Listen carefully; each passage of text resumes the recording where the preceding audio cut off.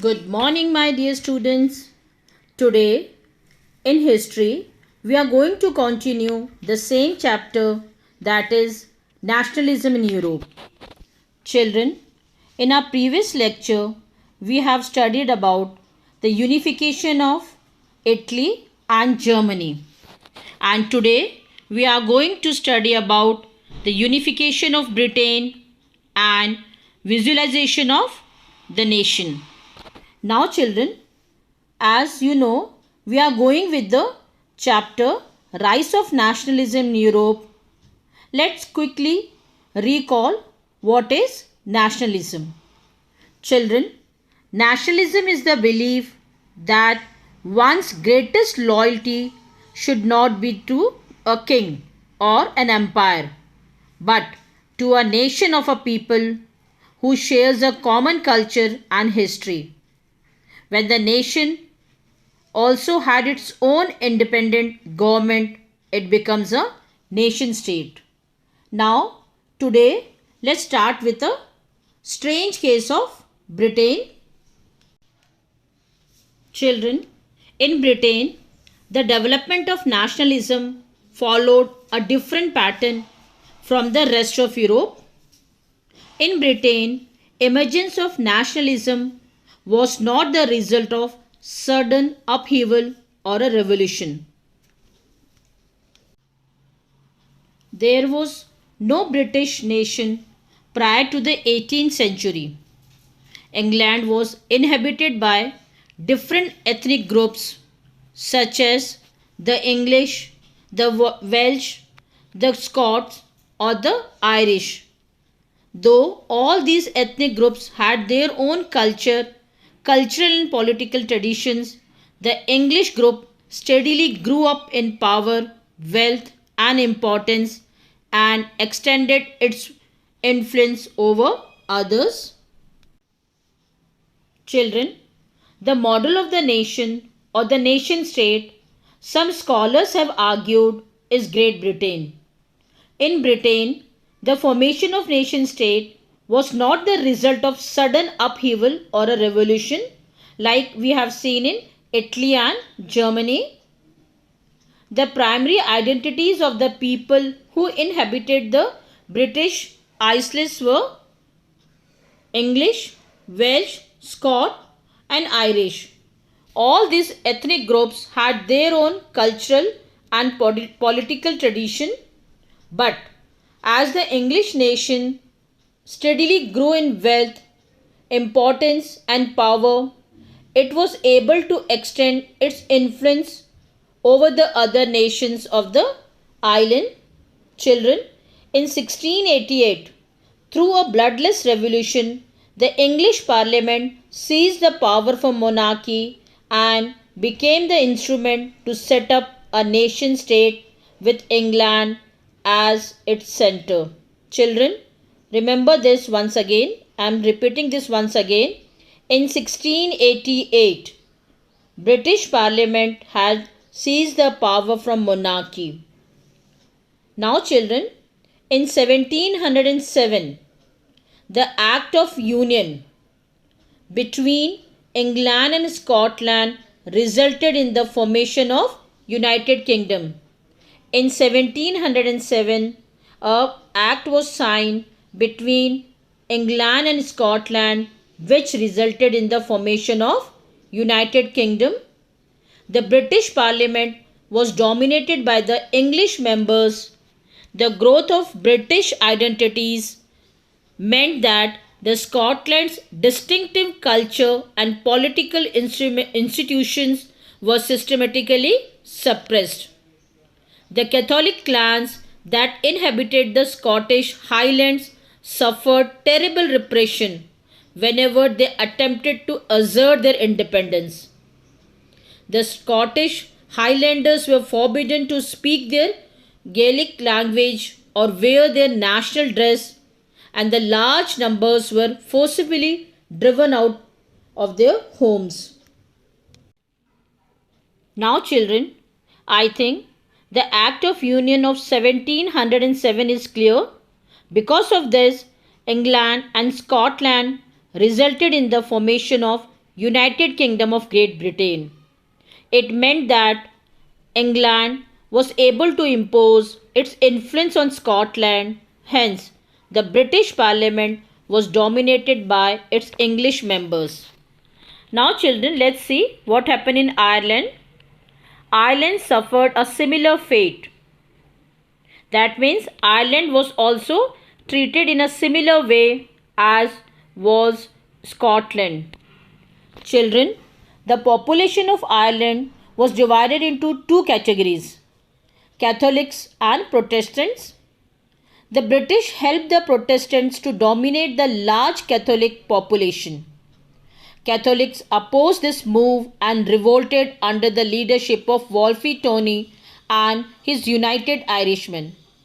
They, however, failed, and thus, with the use of force, Ireland was incorporated into the United Kingdom in 1801. Children, Ireland was incorporated into the United Kingdom in 1801. At the end, the Irish had no other option than being a subordinate partner to a new Britain. Children, a new British nation was forged through the propagation of dominant English culture. The symbol of New Britain, the British flag, the national anthem, and the English language were actively promoted, and the older nations survived only as a subordinate partners in this union. Children, once again, I am repeating the unification of Great Britain. Listen it very carefully. The Industrial Revolution helped in the economic prosperity of the English nation. With the help of trade and wealth, it succeeded in extending its influence over the other nations of the island.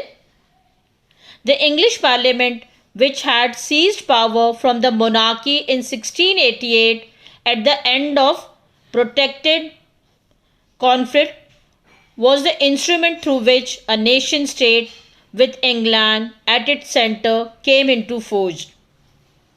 The Act of Union 1707 between England and Scotland resulted in the formation of United Kingdom. Ireland was forcibly incorporated into the United Kingdom in 1801 under the Act of Union 1801. A new British nation was forged through the propagation of a dominant English culture. The symbol of New Britain, the British flag, the national anthem, the English language were actively promoted, and the older nations survived only as a subordinate partners in this union. Now, children, visualizing the nation. While it is easy enough to represent a ruler through a portrait or a statue, it is difficult to give a face to a nation. Artists in 18th and the 19th century found a way out by personifying nation. Nations were then portrayed as a female figures. The female form that was chosen to personify the nation did not stand for any particular woman in a real life. The female figure became an allegory of a nation. Allegory means when an abstract idea is expressed through a person or a thing. In France, the female allegory was Marion, and Germania became the allegory of German nation. Artists in the 18th and the 19th century found a way out by personifying a nation. In other words, they represented a country as if it were a person. Nations were then portrayed as a female figures. The female form that was chosen to personify the nation did not stand for any particular woman in real life.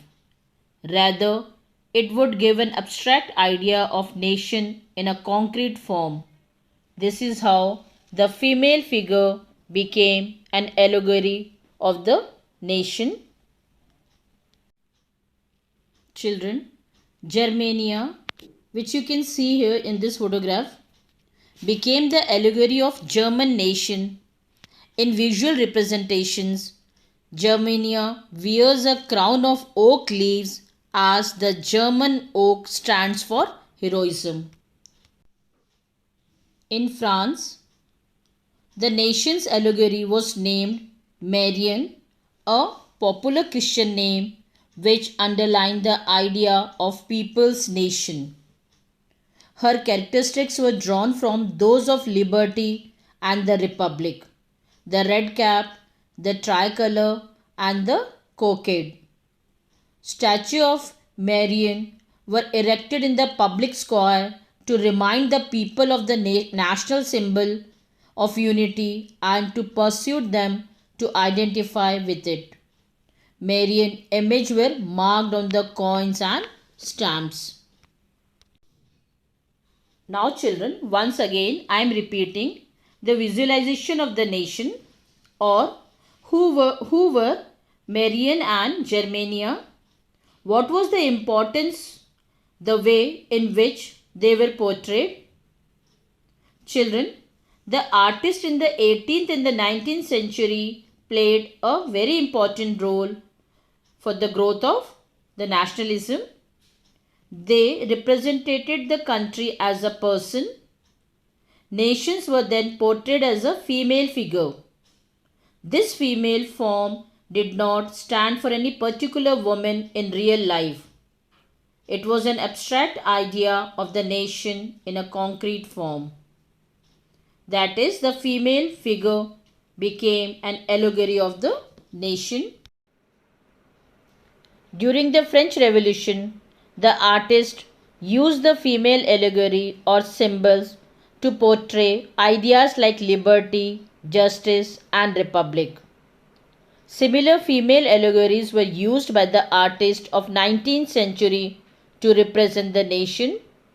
In France, she was Marianne, a popular Christian name which underlined the ideas of people's nation. Statue of Marianne with red cap, tricolor, and the cockade were erected at public squares to remind the public of the national symbol of unity. Marianne images were marked on coins and stamps as well. In Germany, Germania became the allegory of German nation. In visual representation, she is shown wearing a crown of oak leaf as the German oak stands for heroism. That's all for today, children. Thank you and have a nice day.